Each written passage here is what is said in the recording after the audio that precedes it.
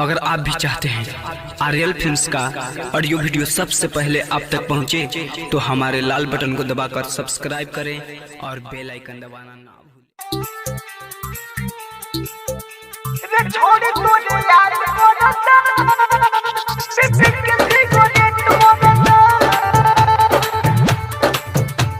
आप सुन रहे हैं रुपेश पटेल की आवाज। म्यूजिक डायरेक्टर डीजे प्रभुनंद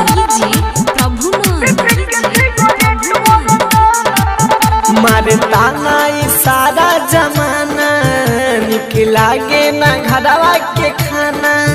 मारे ताना ई सारा जमाना निक लागे ना घरवा के खाना। रे छोड़ी तोरे याद करता पिपी के सिगरेट मोरता।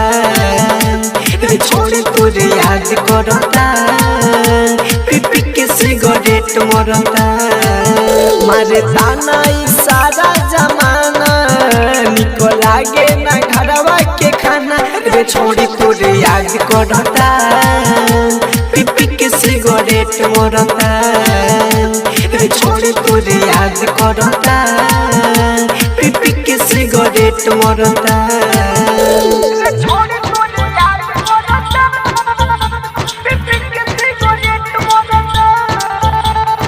म्यूजिक डायरेक्टर डीजे प्रभुनंद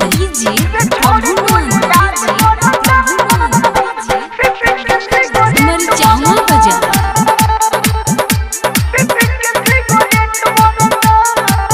झूठो की रिया कसम तू खइलू हो आके दोसरा के हमें भूल गइलू। झूठो की रिया कसम तू खइलू हो आके दोसरा के हमें भूल गइलू। लोग गौआ के पागल पागल कहेला दीवानी के चक्कर में दीवाना रोवेला। तोर सूरत ना दिल से उतरे दागी सिगरेट ना हथवा जरे।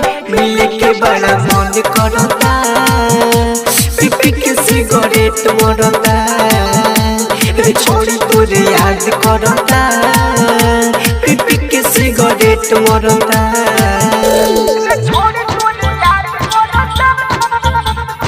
Recording studio Roshni music song. Music director DJ Prabhunand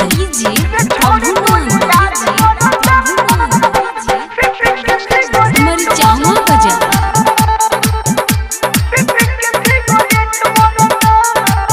धोखा देले बाड़ू कहे रूपेश पटेल छोड़ी मन बेदर्दी प्यार वाला खेल।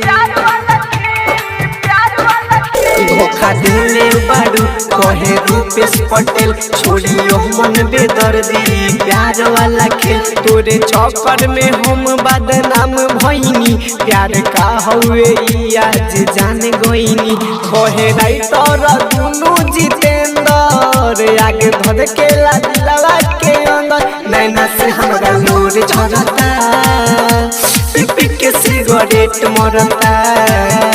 रे छोड़ी तोरे याद करता पिपी के सिगरेट मोरता।